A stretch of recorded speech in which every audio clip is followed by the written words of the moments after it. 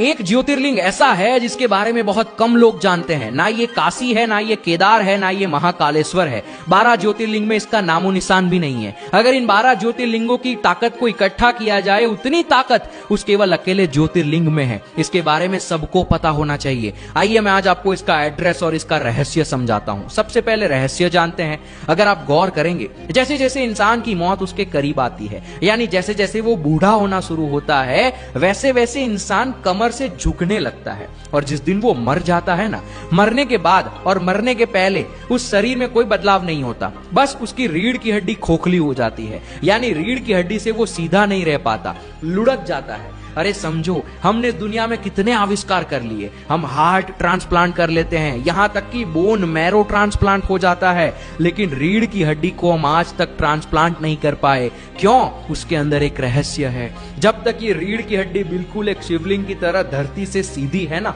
तब तक हम कहते हैं उसमें जीवन है, यानी उसमें शिव है।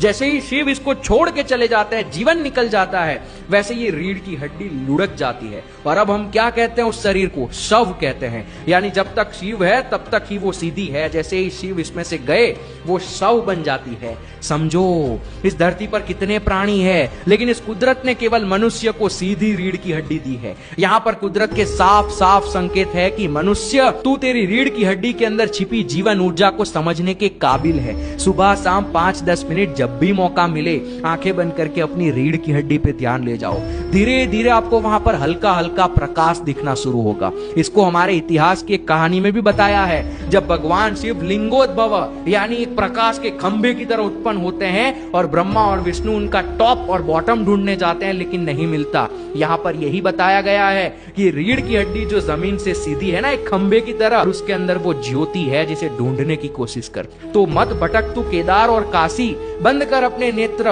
उतर अपने अंदर, मिलेगा तुझे तेरा केदार और तेरा काशी, बन जा तू वहां का वासी। इससे मेरा मतलब ये नहीं है कि आप इन ज्योतिर्लिंगों में मत जाओ। ये ज्योतिर्लिंग ऐसी जगह पर है कि अगर आप वहां जाकर बैठो और आंखें बंद करो, अपनी रीढ़ की हड्डी पे ध्यान लगाओ, तो आपको आपके अंदर की ज्योतिर नजर आएगी। तो यहाँ ये बुलावे में मत पड़ो कि मैंने इतने ज्योतिर्लिंग कर लिए, तुमने कितने किए।